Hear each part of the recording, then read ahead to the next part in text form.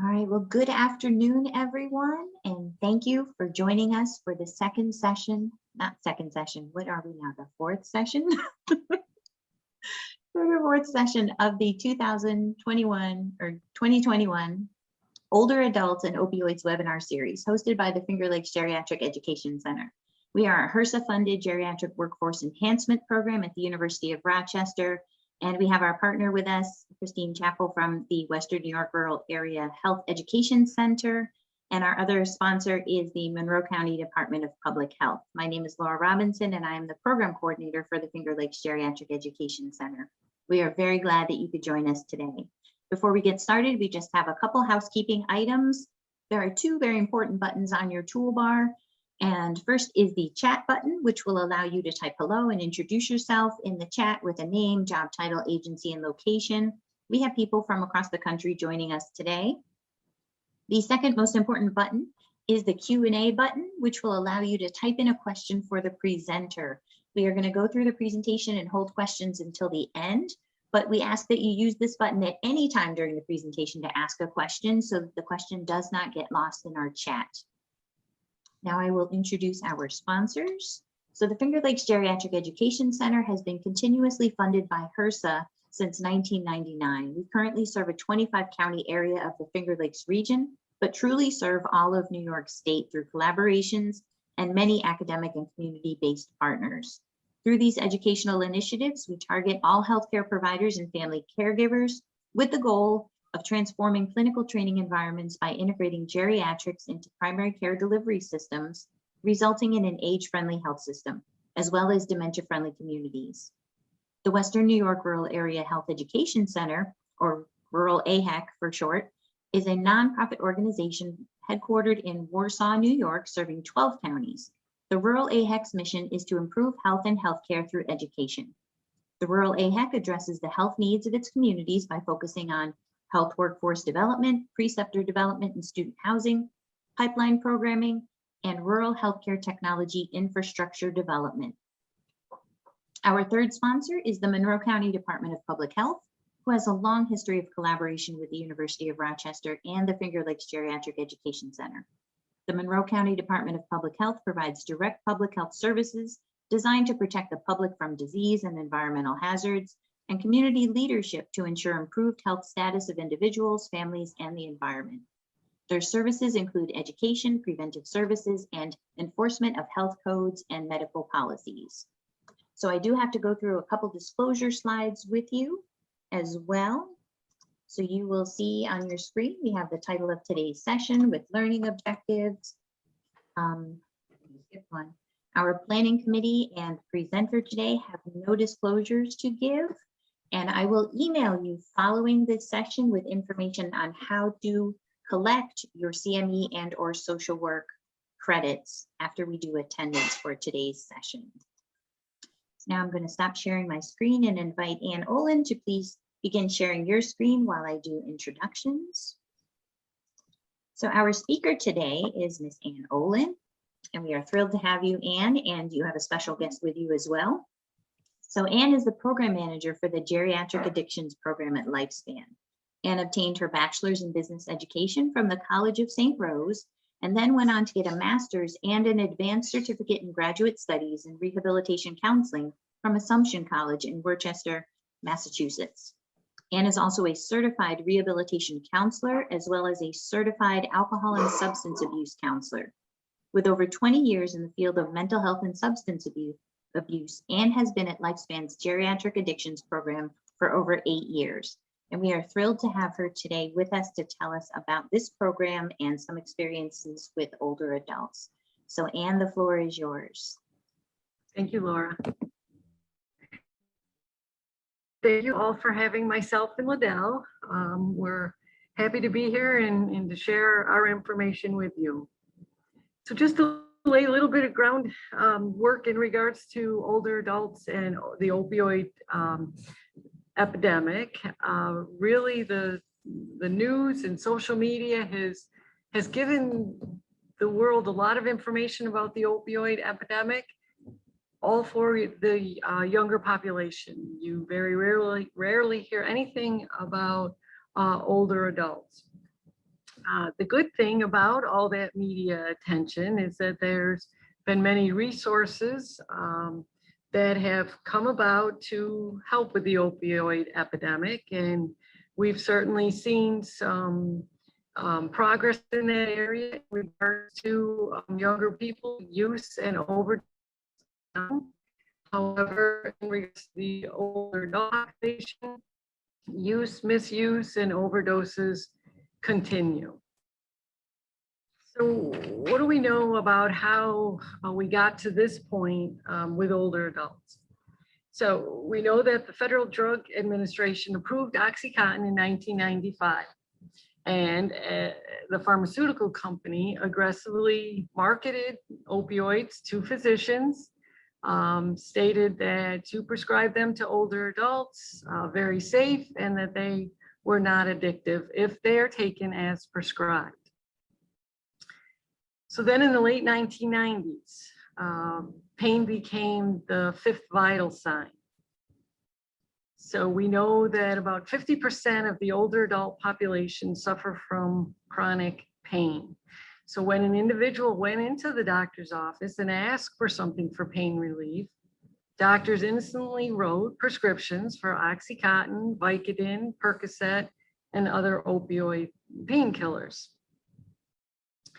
In 2009, the American Geriatric Society came out and strongly encouraged physicians to prescribe opioids to older adults who have moderate to severe pain, as they are less likely to become addicted.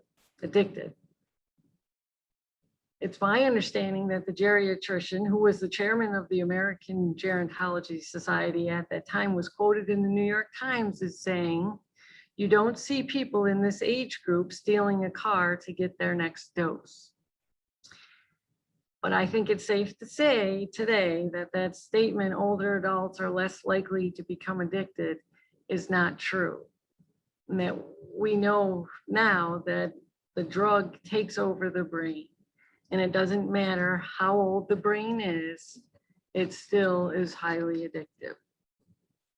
The other reason that opioids looked good at that time was because there wasn't really another good option to prescribe an older adult medication for pain. Aspirin and ibuprofen, there's side effects to those. They carry bleeding risk and can be very serious for an older adult. So opioids looked good at the time and were presented by the pharmaceutical companies as a better option and a safer option. So massive prescribing began and continued. I will say that over time, the Gerontology Society has revised that recommendation. However, in 2016, 1 in 3 people on Medicare Part D, so that's 14.4 million older adults, received an opioid prescription.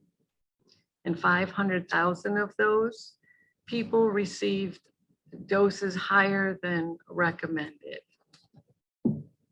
So there was a lot of people out there who were prescribed opioids, and they were prescribed them for a very long time. It wasn't unusual for us here at the Geriatric Addictions Program to get a call and say, "Gee, I've been on Vicodin for the last 20 years, and now my doctor wants to stop prescribing it. What am I going to do?"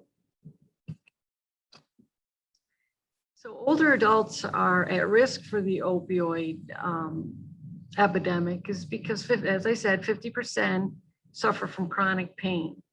Also, many older adults have multiple chronic medical conditions. Those two things together put an older adult at higher risk for having more prescriptions. They are seeing more doctors. There's more risk for adverse prescription interactions. And also with chronic pain and multiple chronic conditions, they can also cause poor sleep, anxiety, which leads to being prescribed more of the medications that have high potential for misuse. The other risk is ageism. We live in a society that believes that older adults, by nature of their age and medical need, are unlikely to become addicted or misuse substances. When someone asks me what I do for a living and I tell them, they are shocked. They're surprised that that's even an issue, and often come back with the response, really, I thought someone would outgrow doing that. But that's not the case. You know, within our program, we see a lot of individuals who are misusing alcohol, and it's mostly to medicate their medical issues or their mental health issues. We see individuals abusing cocaine, heroin, the combination of prescription and alcohol use together.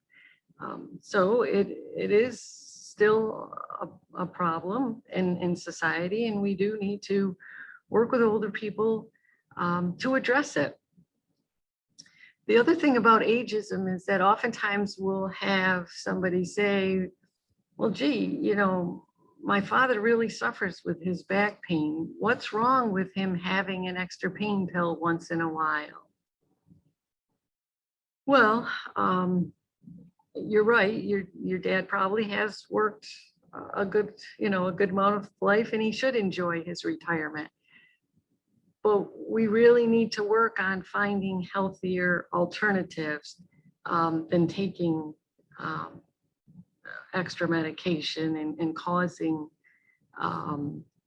dependence and things like that. We also see that oftentimes symptoms of misuse are not recognized in the medical field. One reason is that it's not suspected. The other reason is that oftentimes the symptoms of substance misuse are very similar to symptoms of depression, dementia, and adverse medication interactions, which are all very common issues for older adults. Doctors are trained to look for those symptoms, for those areas. Doctors and healthcare workers don't necessarily receive a great deal of education in regards to substance use. And then the other thing is, you know, let's be honest, older adults, as well as the general population, are not always forthcoming about their use and misuse.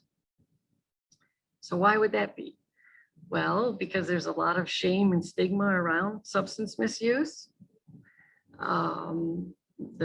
They could be in denial, or the older adult does not recognize the use as a problem.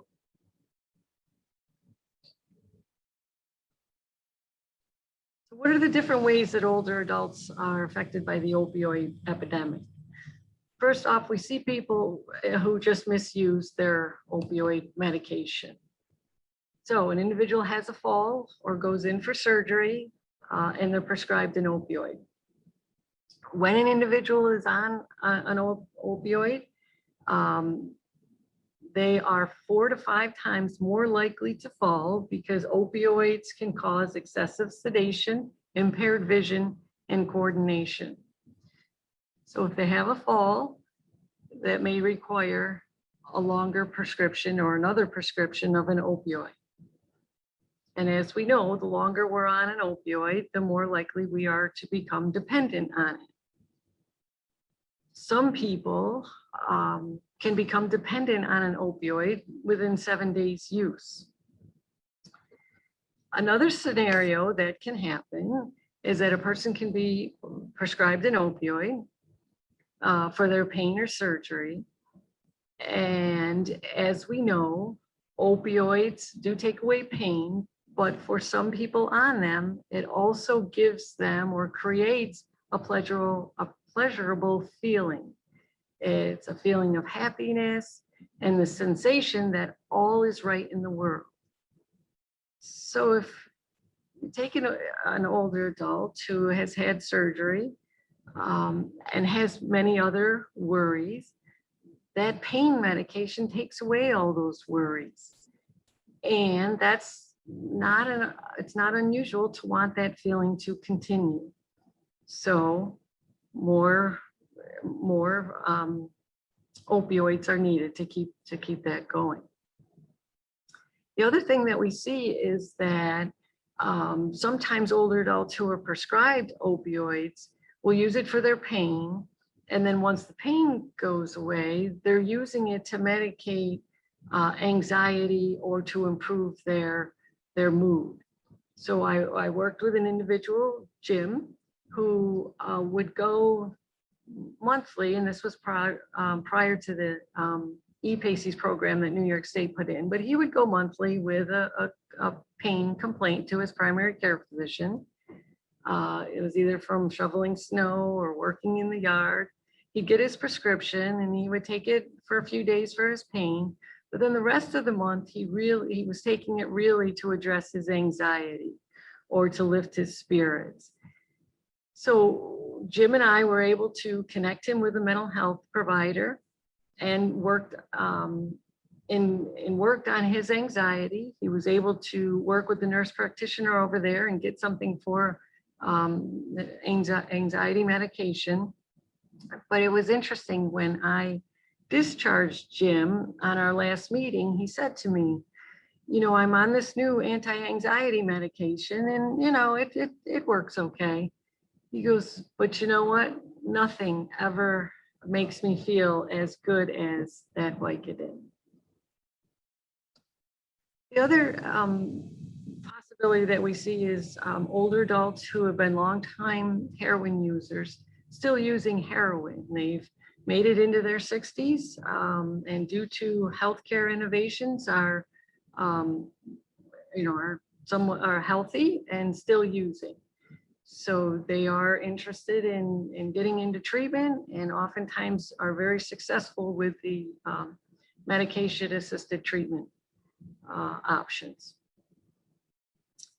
We also see individuals who used in their youth, went through the methadone program, had many years being abstinence from heroin, led a full life, and as a result of an operation or a broken bone are prescribed opioids, and then over time return to heroin use. So I worked with an individual who did just that. He had retired from one of the big 3 companies here in Rochester, had a family. Him and his wife had bought a house. He had a part-time job working at a local community program, needed foot surgery, had the surgery, was on a 30-day prescription for the painkiller, went back for another prescription after a month, was given it. By the 3rd month, the doctor said, no, I'm sorry, I can't prescribe any more pain medication for you. And within 2 weeks, he was on the street buying heroin. He ended up having 2 heart attacks a month later, and the hospital said to his wife, you know, he really needs to address his heroin addiction, and she had absolutely no idea. It was a 2-year process in getting him into a program where he was able to be successful in his recovery. But during those 2 years, they had lost their house. He was homeless. His wife was living with her daughter. So it was not an easy process. The other thing that we have seen with individuals returning to heroin use after many years of sobriety is that they may die of an overdose in the 1st or 2nd use, because the heroin that they used many years ago is not the same heroin that's on the street today. So if they pick up again and return to the same amount of use that they used years ago, it's deadly. So The other thing that we see with older adults in the opioid epidemic is that if they are prescribed an opioid, they are at high risk for elder abuse and having their prescriptions stolen or taken from them. We've heard many instances where older adults are beaten for their prescriptions, and we've even heard some stories where, you know, older adults are being killed for their prescriptions. And then we're seeing older adults who have family members, their adult children or their grandchildren are dying from an overdose. This brings on issues of grief, loss, shame, and guilt for the older adult. In addition to losing their loved one, they sometimes can end up taking on the responsibility of the grandchildren. So they become grand families. And this is really brings on a lot of issues for older adults. They definitely don't have the same legal rights as parents do, so they really struggle with getting those legal rights. Oftentimes, there's huge financial strain on the older adult. If the older adult is living in a housing program that is just for 60 and older, then they may have to move. If they're in one-bedroom apartments, they'll have to move and get a bigger place, which also, you know, brings on a lot of issues there. If an older adult is struggling with medical issues, you know, or mental health challenges, caring for younger children also, you know, becomes a big responsibility. There was a study done through the University of Michigan and AARP, and they found that 10% of grandparents care for grandchildren full time. And most of those individuals are a result of the opioid epidemic. And then we also see older adults selling their unused medication to increase their income. And this obviously can bring on criminal difficulties for the older adult. So we know opioids work. We know they work very well for acute pain, such as fractures and surgery. And we know that it works very well for end-of-life cancer pain. One of the challenges that we're seeing with older adults is that, you know, the pendulum has swung from one end to the other. One end, they were prescribing for everything and anything. Now, it's the prescriptions have really been diminished greatly. So people, I had an individual who went into a hospital. He had 2 broken ribs and 2 cracked ribs. He was discharged from the hospital 2 days later with 5 pain pills, which got him through for a few days, but come the weekend, he was in severe pain and did not know what to do. So oftentimes older adults are returning or resorting to other medications, other misuse. I work with a lot of individuals who are resorting to alcohol to deal with their pain. And we also see people saying, no, I don't want a pain medication after surgery or for end-of-life cancer because I don't want to become addicted to it. So that presents difficulty as well.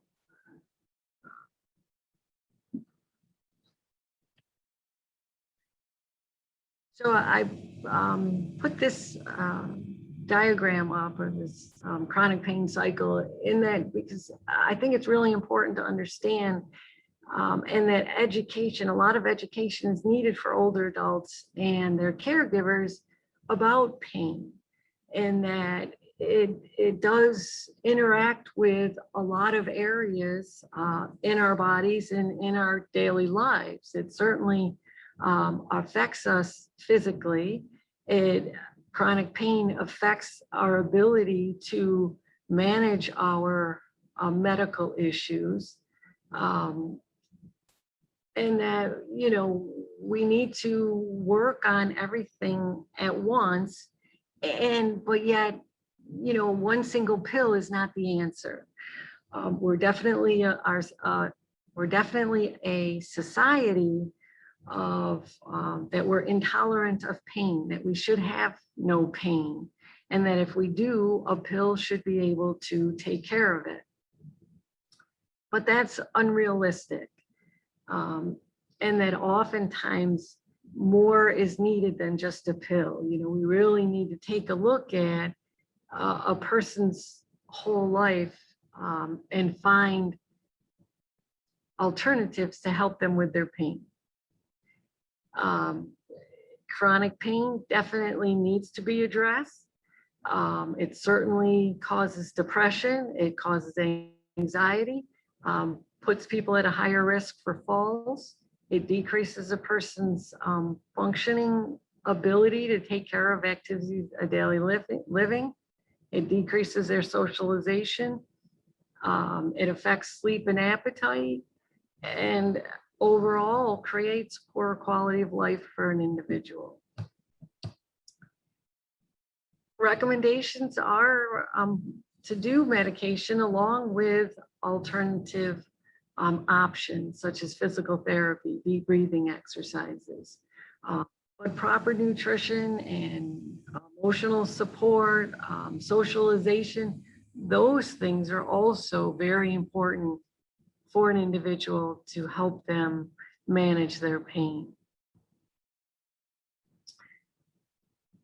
Also, in regards to older adults and being prescribed an opioid, it's really important to take the time to provide the education about the opioid and create a treatment plan with the older adult and the caregiver about how it's going to be used. If we can know, you know, what the recommendations are, if that medication isn't helping the older adult with their pain, what can they do? You know, will they be titrated off the medication, and what is that going to look like? How long will a person be on the medication? Just, you know, all that education, I think, will really cut down on abuse and misuse. Also, if a person has a previous history of substance use, it needs to be shared with the providers, and there needs to be a plan around the use of the opioid. And they need to be encouraged to connect with their sober supports and to have someone help them while they're on that prescription. You know, a check-in, someone just to say, hey, how's it going in taking that medication? And then the last point here is that I truly believe that everyone that has an opioid prescription also needs to have Narcan on hand, and their family members or support systems need to know that the Narcan is there and how to use it. I worked with an individual for a while. She had been on opioids for many years, and she was being given them by her primary care physician. The primary care physician gave her a prescription for Narcan, and she filled it. It was in a box under her bed with the rest of her prescriptions. The family had no idea it was there. She did have an accidental overdose, and they called the EMTs, and luckily the EMTs recognized that it was an overdose and was able to administer their Narcan. But you know, it is happening, and you know, it's very easy to use and very easy to get. How are older adults being treated for opioid addiction? So traditional treatment is detox, inpatient and outpatient, and along with outpatient, you're able to do the medication-assisted treatment, MAT. Detoxification, especially for older adults, should always be medically supervised. Very dangerous for an older adult to go cold turkey off an opioid, as well as alcohol or benzodiazepine. Inpatient program, great. It's very helpful for some people. For older adults, there does come challenges with inpatient treatment. If you are a healthy older adult, have very few medical conditions, if you're able to walk and get around, sure, inpatient is an option. Inpatient for someone that has difficulty with walking, has multiple medical conditions, very difficult to find an inpatient unit for that person. Outpatient program, again, that is a great option for older adults. Some older adults do very well in outpatient program. Some of the challenges with outpatient is that the individual has to be healthy enough pre-COVID to get to the facility 2 to 3 times a week and be able to sit in group for an hour and a half without getting up and be able to participate in that group. Also, there's financial challenges with outpatient. So if they have a copay, it could be $40 a visit. So the individual may be paying $80 to $120 a week on a fixed income. That is quite difficult. And transportation can be a barrier as well in getting to outpatient treatment. Those things aside, if an older adult is lucky enough to be able to go to a program that is specific for older adults. Here in Monroe County, we are lucky that we do have Unity has an older adult track at their Greece facility and Evelyn Brandon. However, once those are filled to capacity, oftentimes the older adults are moved into the general population groups. The issues that an older adult is bringing to the treatment program are quite different from the issues that the general population or the younger generation are bringing into the treatment. So it's not always a good fit. MATs, the Suboxone and Vivitrol, are miracles. It's been very helpful for older adults with those medications. A few years ago, you wouldn't be able to get a MAT unless you were enrolled in an outpatient treatment program. So that was another obstacle. However, in the last few years, doctors in the community are able to get certified to prescribe them, and that's been very good. That's been very, very helpful for older adults. Self-help is another good option out there. Again, there's obstacles there. Sometimes older adults aren't interested in that, or say, I don't want to go in and listen to someone else's problems. We really work to try to help break down those barriers. Just a couple of things to consider in working with older adults and substance misuse problems is that beware of shame. Oftentimes the older adult carries a great deal of shame about their use and misuse. They get a great deal of that probably from their families and maybe even from some professionals that they're involved with. They often feel like, or say, I can't believe I've gotten to this point. I didn't think it was that bad. So it's really important to meet the older adult where they're at and listen. Take into consideration where they're coming from. Some emotional concerns to be listening for is grief and loss. Oftentimes the use doesn't start until after a traumatic event, or the loss of a spouse, or a major medical diagnosis. They often feel like, there's no hope for them in their use, that they're out here all by themselves.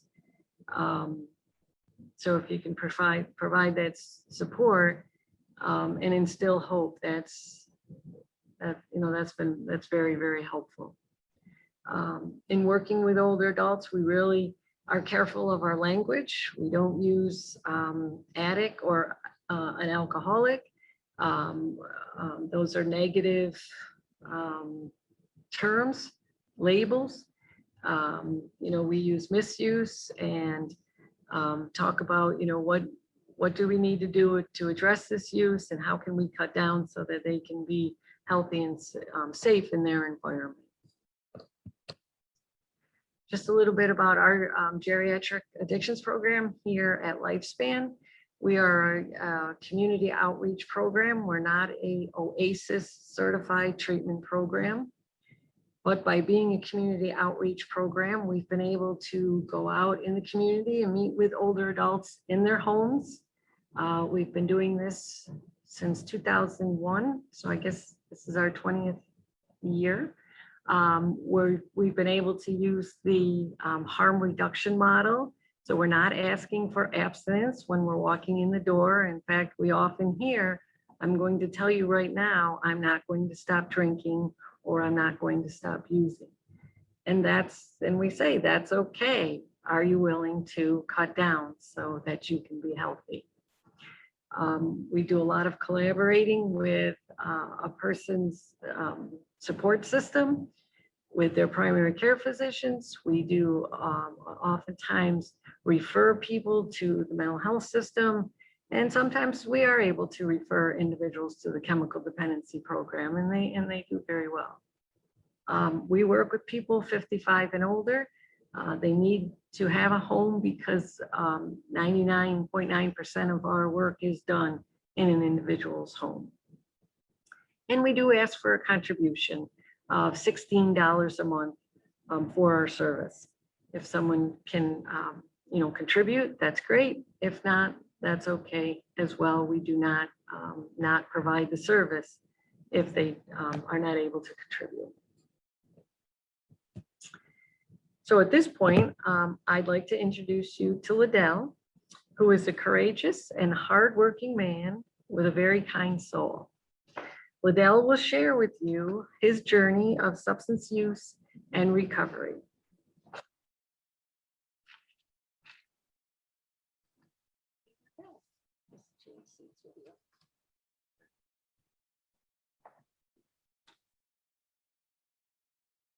Hello, everyone. My name is Liddell, and as you've heard and discussed the conversation that she was having, 99.9% of the things that I sat here and heard her say are quite true and apply to my life.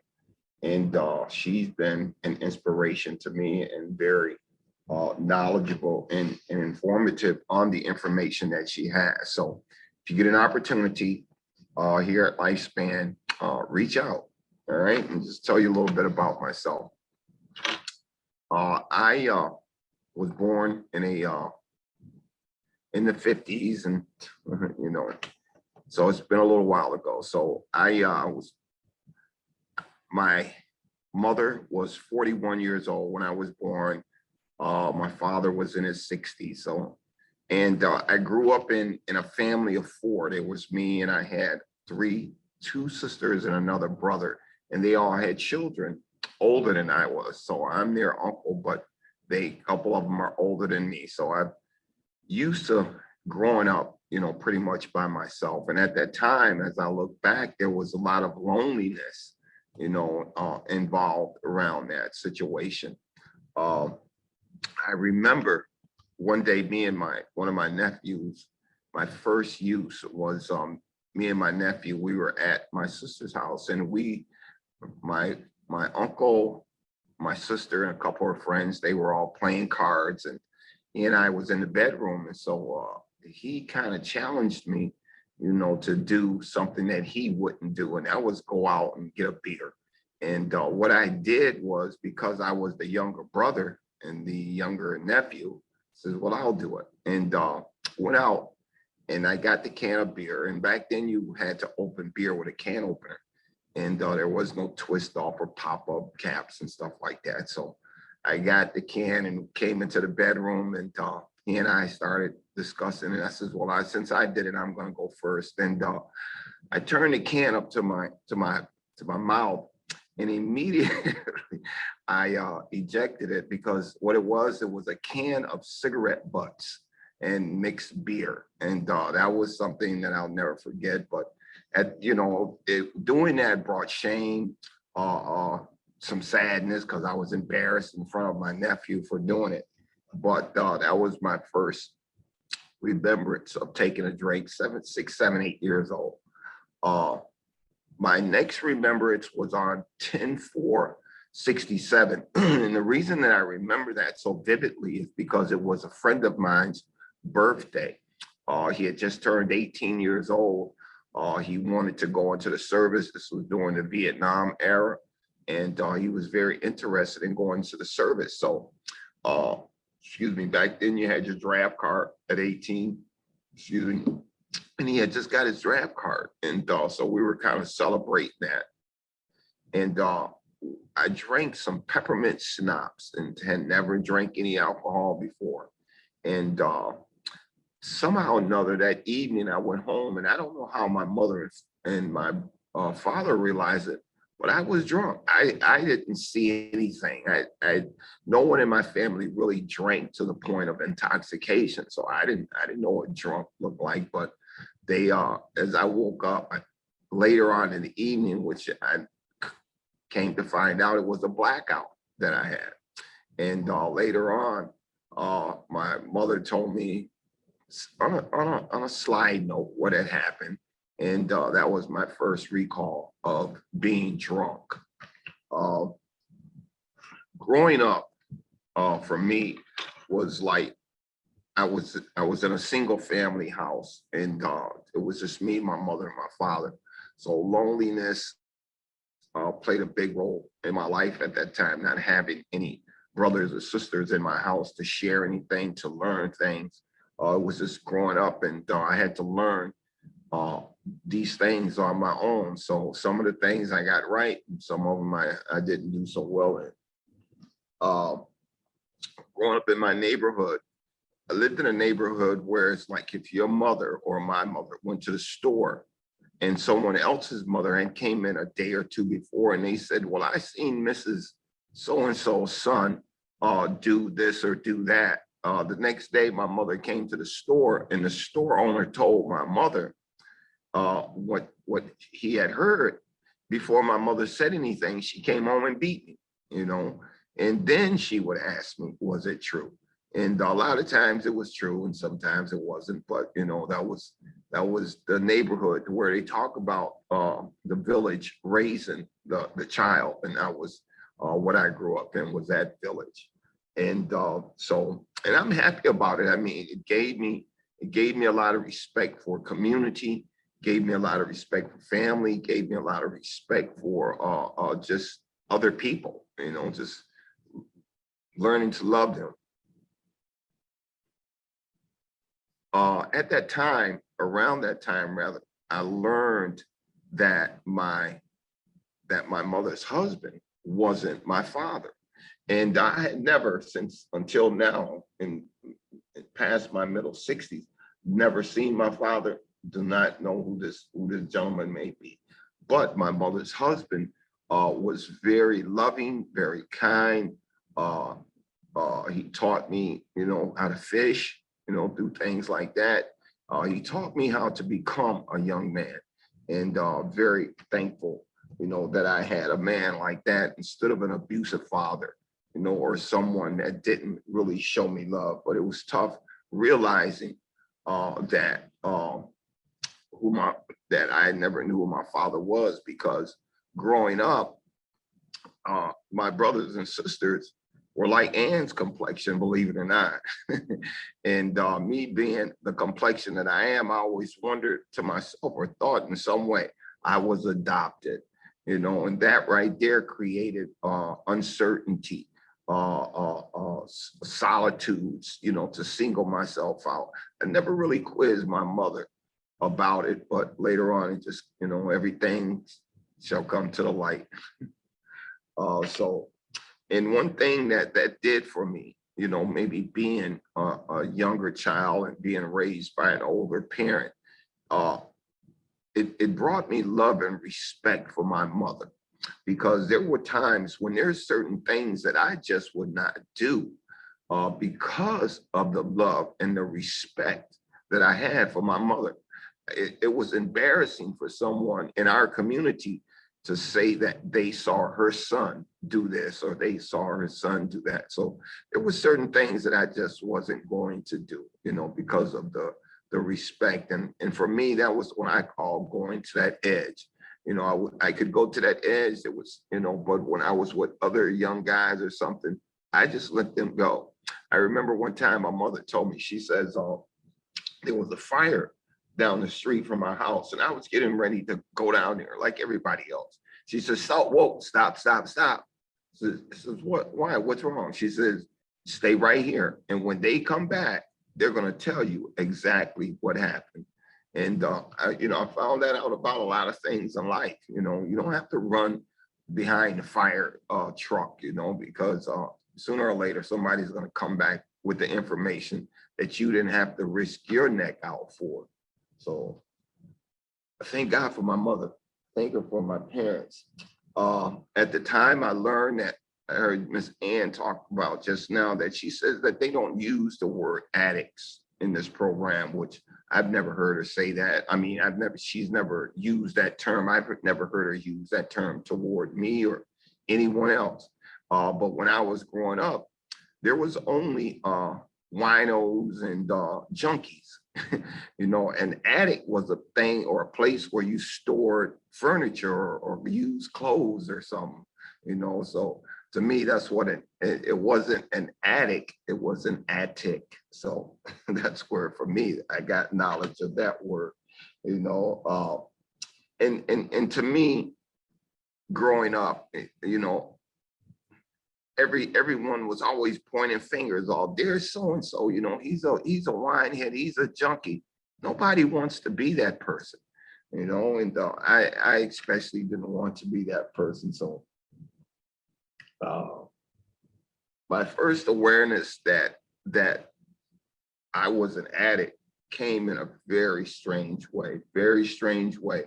I was out one day and I had gotten off of work. At the time, I was probably 23, 24, 25 years old. And I had gotten off of work, and I had felt kind of physically miserable, you know, emotionally. And I ran into a couple of friends of mine. It was a nice, sunny, beautiful summer day. And this one guy says, Lito, I says, "You all right?" I says, "Yeah, I guess." He says, "I'll tell you what." He said, "You go buy us a bag of dope, heroin." And and so I went and I got that, and I came back to him. And when we did that, to me, and I told him this, the sun came out, I could hear the birds chirping, you know, it was like a brand new day. And this is some words that he said that I'll never ever forget. He says, "Liddell," he says, "You gotta have it." I says, "A what?" "I have it." And so I said, "Well, what's that?" And so what I heard him say was an HAVIT, not an HABIT.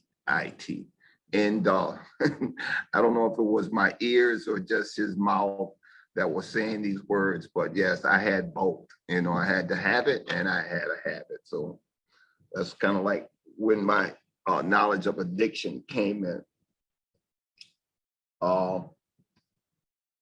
Little few years later, that's when smoking crack cocaine came in. And me being the person that I was, being born around the times I was one of those persons that I'd almost try anything, you know. I mean, I wasn't gullible or vulnerable or anything like that. I was adventurous, you know, and that's how I saw myself. And so I tried it, and I liked it, you know, and but it wasn't kind of my cup of tea. It was one of those things that took me to the edge, and that I realized that could do more harm for me than it probably could do good. So kind of I didn't go too deep into that, but you know, time went on and just experimented and continued to venture with it. When I started smoking cocaine, I was at my job one day and the police came and got me. The police came and got me and walked me out of my place of employment. They didn't handcuff me, and I found it to be, that's what they did to Bernie Madoff. They gave me the walk of shame, you know, and that's what I was, you know, going to their car. And thank God they only gave me an appearance ticket. I appeared before the judge. And that was the first time I remember having to hire a lawyer. And, you know, that expense came out of my pocket. I had to financially pay for that. And these things were telling me that that wasn't something that was for me, you know. So and the reason that I had to go to court, I began to steal. I began to go take people shoplifting, you know, and this was something that I had never done before, you know. So I was at a place once again that I didn't know about, that I was, you know, ashamed of, you know, brought shame, brought fear, you know, and it was a beginning to bring some humility, you know, because the last place that I wanted to be at, thank God, I've never been, is the prison, but I've knocked on the door a couple days. So at that time, I had said to myself, enough is enough. You know, I don't need to adventure into prison to see what's going on in there, because too many of my friends had already been there and came back, and I knew that wasn't for me. So at the time, I kind of started thinking about going into my first rehab, you know, and I still didn't go yet because I hadn't quite did it yet. But what I did do was I did back away from the drugs. I was able to back away from the heroin use. I was able to back away from the cocaine use, and but I didn't stay away very long. In my life, I've had substantial different moments of clean time. 7 years here, 4 years there, 5 years here, and as it turned out, as it is turning out, you know, I'm well past 65 years old. So, I mean, these clean years, you know, at the time didn't seem like that much, but it really was. While at my job and during this clean time, I had to have a hip operation, a hip replacement. I broke up a fight at work, fell on my hip, broke my hip, had to go and get a hip replacement. Wasn't something that was planned, wasn't something that was thought about, but was something that was very well needed. So I went, and when I went in, I told the people, I says, you know, I have a little addiction problem, you know, and said, okay, blah, blah, blah. But I remember when they gave me that anesthesia, oh man, I mean, it was like a dream and a feeling that I had never even felt before. It was like utopia almost. And I remember being in the hospital and, you know, them coming to me and giving me these medications. You know, at the time, I didn't really think too much about it. But as I got out and began to get those pain pills, I was right back where Miss Ann was talking about a few minutes ago, to where it's like I had some clean time. But then because of an injury, I'm back to addiction again, back to using, you know, and that wasn't something I planned either. So addiction is, which we all know is very tricky, coming, and cunning. That's the word I'm looking for, very cunning.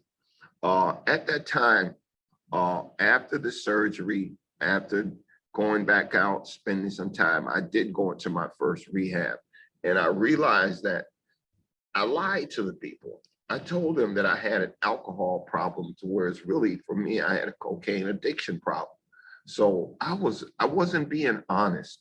You know, I was just lying my way through life, you know, in my relationships, in my job, and just dealing with people on those terms, you know, not being honest, not having a real legitimate life as I saw it.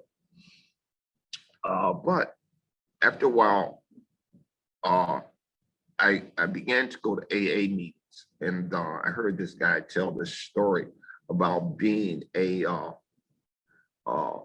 dressed up garbage can. And I could I could really relate to that because I've always tried to consider myself to be a person that physically on the outside, looked like they didn't have a care or problem in the world, because that was kind of like what I learned growing up. If you look good, then you should feel good, That was, a lie, and when I heard this guy tell his story, I heard some honesty. I learned and saw not to judge him, but to listen to him, to relate to what he was saying. And when I was able to relate to what he was saying, that was when I could deal honestly with the terms and the conditions of my life and what I was living in, what I had lived, some of the things I have lived through, and gave me a good, clean start and slate to start from. After that, and going to AA, not promoting any programs or anything. I'm just talking for myself, just going out and seeking help, because I knew that in order for me to be, to get to a place where I could accept myself, I had to have some honesty in my life, because I was cheating, lying, being deceitful, deceptive, all of those things. But when I heard this guy and had some time in and listened to some people, I understood what that was. That was just conditions that I didn't have to live under, that I could learn in my mind, in my brain, that to be honest with myself, because I was getting a little older, didn't have to begin or continue to prove anything to anybody. I just had to try to live my life. I had left I wouldn't say left, I was put away from a very loving relationship of about 20, 25 years, very loving woman, very understanding, accepting, anything you could imagine that a human being would love and accept or had been through, this person had done it. So I'm grateful to people that know more about me at the time than I knew about myself. Currently, right now, what I did, speaking about this honesty, I was able to go to not, somehow I went back, because I don't know, heroin is a powerful addiction tool. And I think it came out of depression, pain, wanting to feel a certain way. And so after doing that, having gone back and still having a bit of honesty, I was able to go to my primary care doctor finally, and to be honest with him and tell him, Doc, I'm having a problem. I don't know what to do. I'm having a problem with heroin. And I could remember that day. He kind of smiled at me, because I think he knew I was lying all the time. But anyway, he looked at me and he smiled, and he didn't say anything. And he says, well, I think I know a place where it can help you. So he wrote me not a prescription, but a reference to this place, referral to this place. And I went, and it was on Clinton Avenue. And I went there, and I met this doctor, and she, had seen people like me before. She understood. And I'm currently, going to the same doctor right now. And I am still on the Suboxone program. And the reason I feel for me is that this program for me is like any other medicine. I take blood pressure pills, and I take Suboxone. So, thank God for my healthiness that I do have. But I was afraid to go through that physical withdrawal, because I had did it earlier in my life. And it's not as easy as some people might think it is. It's definitely a physical toll bearing on your physicalness, on your body, you know. And at this age, I didn't want to risk that because it might would have killed me. And I was aware of that. And so I figured, well, let me take this route. And right now that route is working for me. While I was there at this doctor, I think they thought that I had a mental problem too or something, and psychological, but it's okay because I probably do. They referred me to Lifespan, and being honest and being there at the time, whatever is going to help me or whatever someone might think might help me, a suggestion I'm open to. And since I've been coming to Lifespan, I've met Miss Ann, Miss Olin. I mean, she and Lifespan has really opened my eyes, done some things for me. I mean, one thing that I learned at an earlier age is not what you know, a lot of times it's who you know. And I'm so glad that I know, and that there's somebody in my life. They might not have the answer, but they can go someplace or will pursue after whatever problem or situation that you may be encountering. And so right now I consider myself, as I think Lou Gehrig would say, to be the luckiest man in the world, you know. And I'm just glad that I've had the opportunity to meet Miss Ann, to become part of or to be affiliated with Lifespan. And as she was saying, nobody wants to admit, especially at this age, of being an addict.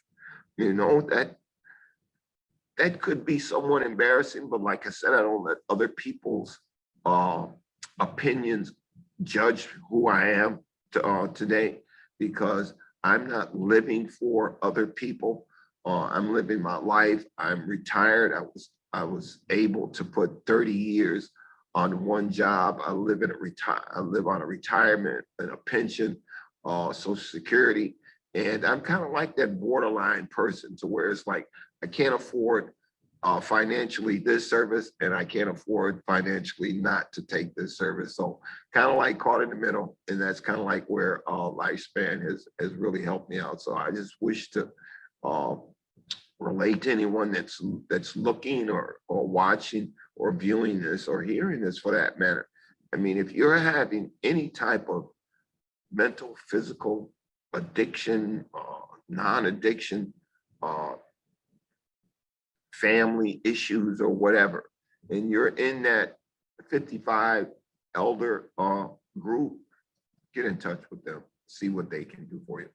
Thank you for allowing me to share this time with you, and some of my honesty and my truth. So thank you. Here's Miss Olin. Stay right there. I didn't make a motion. Adele, thank you so much for sharing your story with us. And thank you, Anne. And Anne, I'm just going to ask you to come back over and stop screen sharing, and then we can do a couple of question and answers. We have some time left. We're here till 1:15.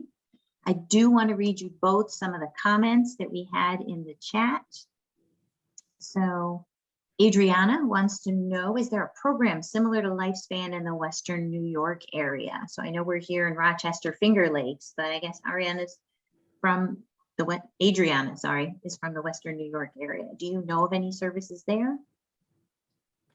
Lakeshore in Western New York, or out by Buffalo, there's Lakeshore facility.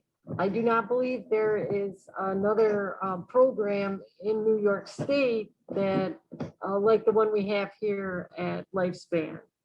Ours is a home-based program.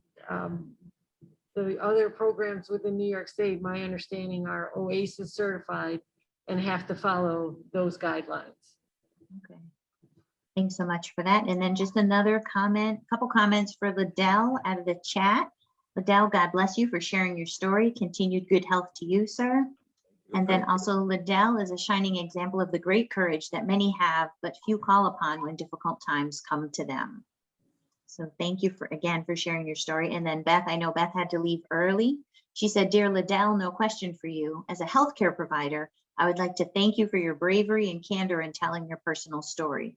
It was very helpful to me in understanding some of the factors that older adults may encounter in seeking care, and also how long and challenging the journey to sobriety can be. Thank you so much. I appreciate it. Keep up the good work. And then with that, I did want to ask a question, because we do have healthcare providers on the call today.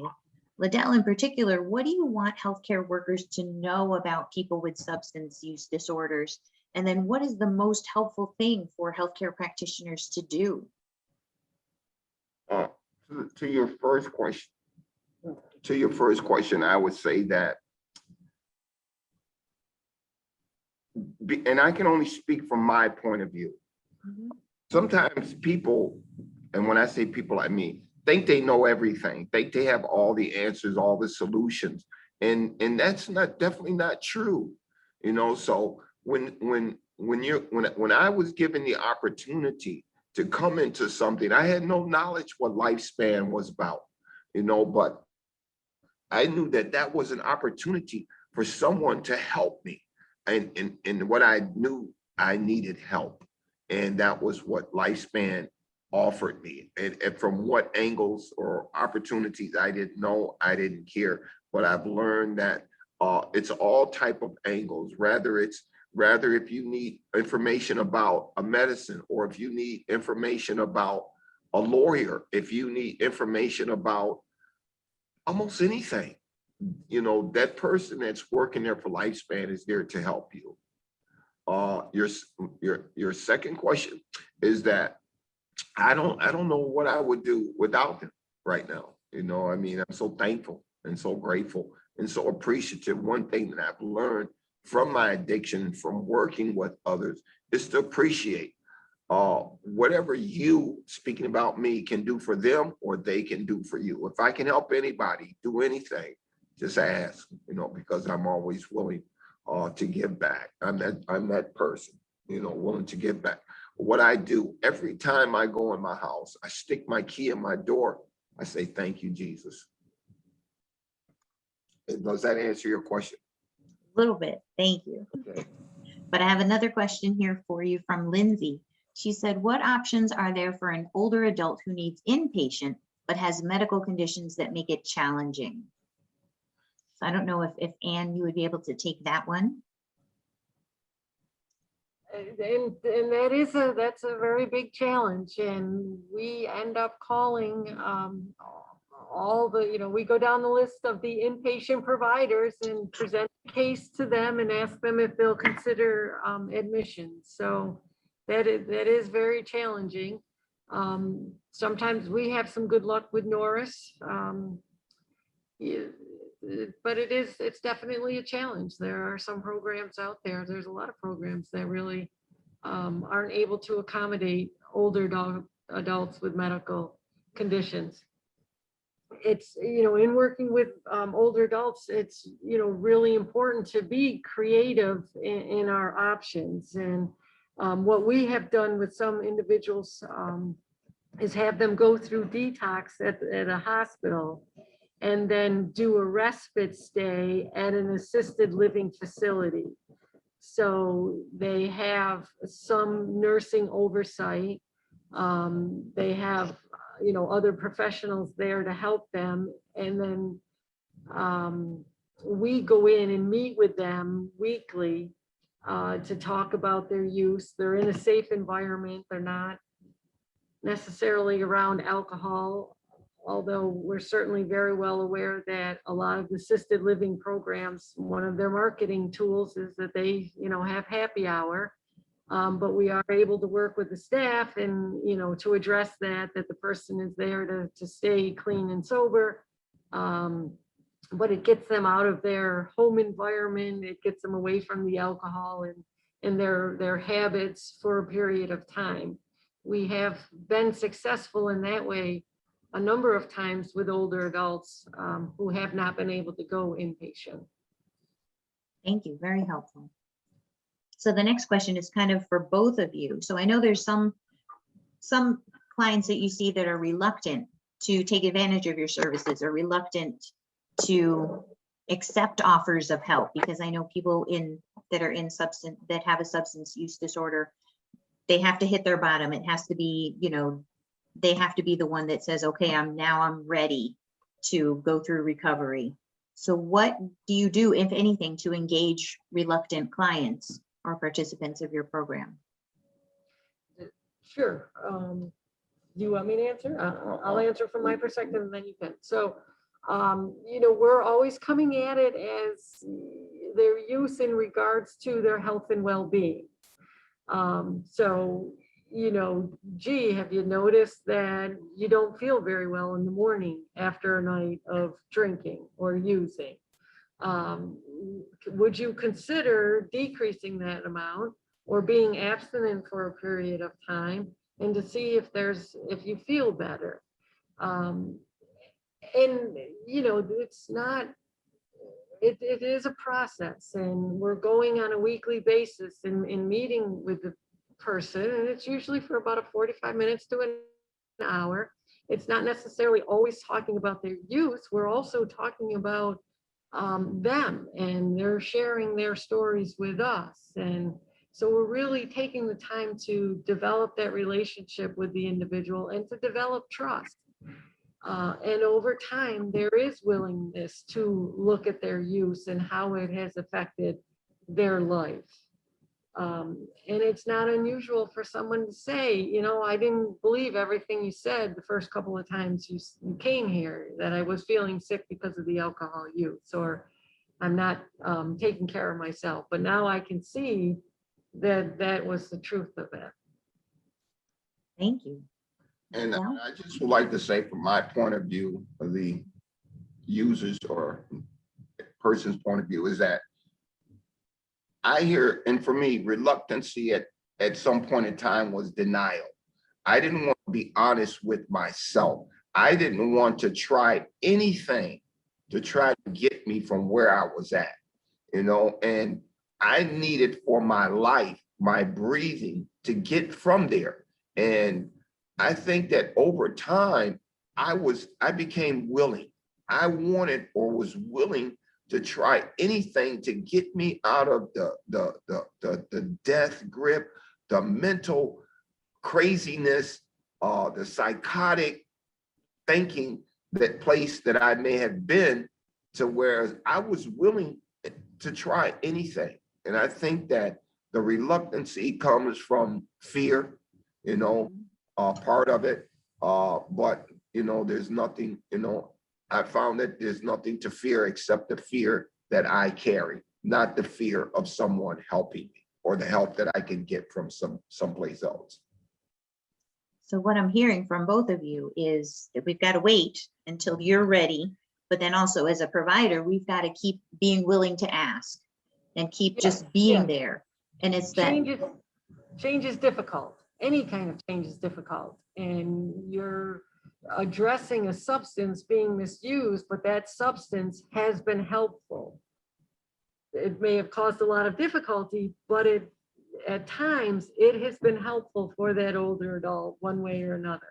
So it's talking about making a change. Yes. Psychological dependence, a psychological barrier. Yes, and Liddell said that the substance brings on a psychological barrier for you to even think about making that change. So yes, a lot of motivational interviewing techniques to bring about that change. awesome. Thank you. That is very helpful for our healthcare providers. So I don't see any additional questions. And so I think we can close 2 minutes early, but I'd love to thank you both. And Liddell, thank you so much for your enlightening perspective on this issue of the opioid epidemic in older adults. We so very much appreciate your time and your story and all the work that you do with other people with this issue and all of the people that Lifespan serves. We truly appreciate your time and service to our communities. So thank you so much. We're so happy to have you. And to everyone else for staying on, thank you for joining us through this webinar. We have one more left in our series. We will do an online Narcan training in June, and do hope that you will join us then. So thank you so much, and we'll see you in June. So thank you again, Ann and Liddell. Bye, Laura. Bye.